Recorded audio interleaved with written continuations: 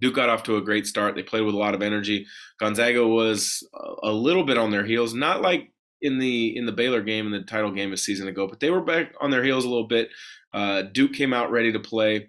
I thought Duke's interior really surprised Gonzaga with their length, their athleticism, and their aggressiveness. Theo John had a couple. The Marquette grad transfer had a couple really big baskets towards in that second half.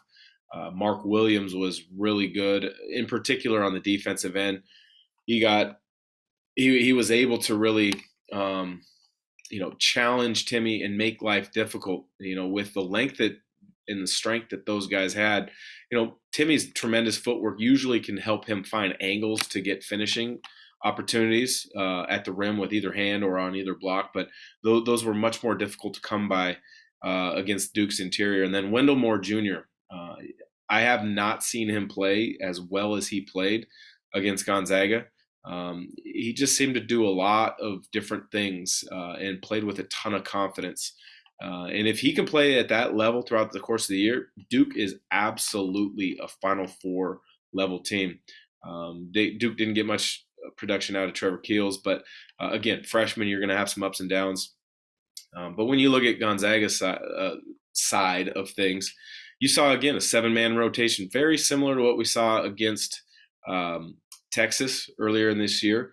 And Coach Few has been known for having a shorter bench in big games and down the stretch of seasons. And, Hickman and Watson were really the only two off the bench that got many minutes. Caden Perry had a couple with minutes because of foul trouble.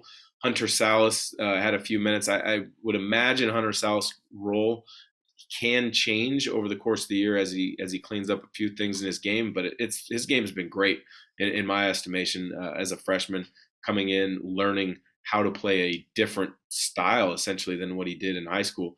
Ball dominant guard who could do a lot of different things. Now the ball's not in his hands and he has to learn, finding opportunities out in transition, finding angles to cut and timely cuts to be able to be opportunistic. But I think Salas defensively has been great, and that's one reason I think he will stay in the rotation throughout the course of the year. But Gonzaga was great on the glass. They were, they battled Duke on the glass, but I really think it was the turnovers that hurt them. They had more turnovers than Duke. Duke only had 8 on the night. I think Gonzaga had, I want to say 14 or 15, which is a little higher than normal. You got to give Duke credit again for climbing up into them, making things difficult. But I think such an emotional game.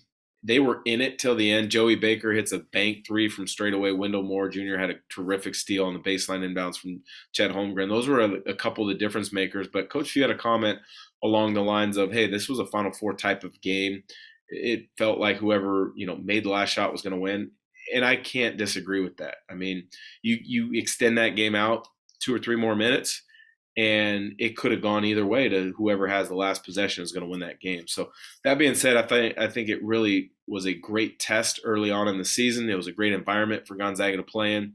It was a great learning setting for the young guys to understand, hey, even when we play a team like a Duke, they're going to come after us because of who we are and what we now are perceived at nationally.